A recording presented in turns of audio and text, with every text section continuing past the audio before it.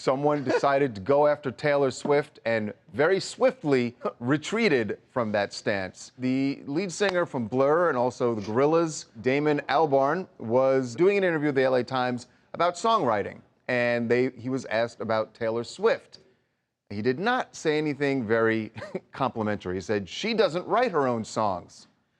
Co-writing is different because the reporter said, well, she does write things with other people. He says, co-writing is very different to writing. I'm not hating on anybody. I'm just saying there's a big difference between a songwriter and a songwriter who co-writes. A really interesting songwriter is Billie Eilish and her brother. I'm more attracted to that than Taylor Swift. It's just darker, less endlessly upbeat. Well, but wait a minute, what's he saying? All kinds of shade there against Taylor. He's got like the upbeat thing. He's got, first of all, if he's saying that about co-writing isn't writing, I guess John Lennon and Paul McCartney are not writers. Yeah, I guess they're not writers either. So all kinds of shade. Well, Taylor Swift saw this and responded directly to him on Twitter, said, I was a big fan till I saw this. I write all of my own songs. Your hot take is completely false and so damaging. You don't have to like my songs, but it's really blanked up, yes, she used that word, to try and discredit my writing. Wow.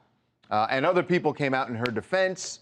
And then almost immediately, guess what Damon did? Apologized just an hour later, you guys. And he was very, sorry about what he had said. And he said, I totally agree with you. I had a conversation about songwriting, and sadly, it was reduced to clickbait. I apologize unconditionally. And the last thing I want to do is discredit you and your songwriting. I hope you understand.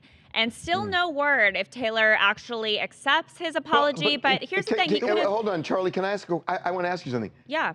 He said, what was it again? I didn't mean to discredit, but that's exactly what he meant. Yeah, in several sentences. I mean, that's exactly what he meant. And also, if he did any quick Google search, he could have seen that Taylor does write her own songs. And, there was a whole documentary where you got to see her songwriting process. And then for him to say, too, that Billie Eilish is a songwriter, she co-writes with her brother Phineas. So his thoughts are all over the place. Yeah. And strange coming from him because he is a very big artist himself. I think what he wanted to say and didn't, and he was trying to dance around it, is that he just doesn't like Taylor Swift's music. I think that's right. And if you don't like her music, then say that. Well, but because at the end, Charles, she's not a songwriter. At the end, he revealed it because he said, oh, it's just all upbeat stuff. Right. It's endlessly upbeat. So I mean, that seems to be what underlies it more. Yeah, I think that's right.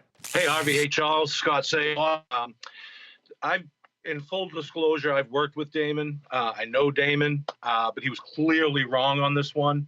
If he'd done his research, he would have realized that in 2009, Taylor released the Speak Now album, the Grammy-winning Speak Now album that sold over 6 million copies. And she wrote every single song by herself on that album.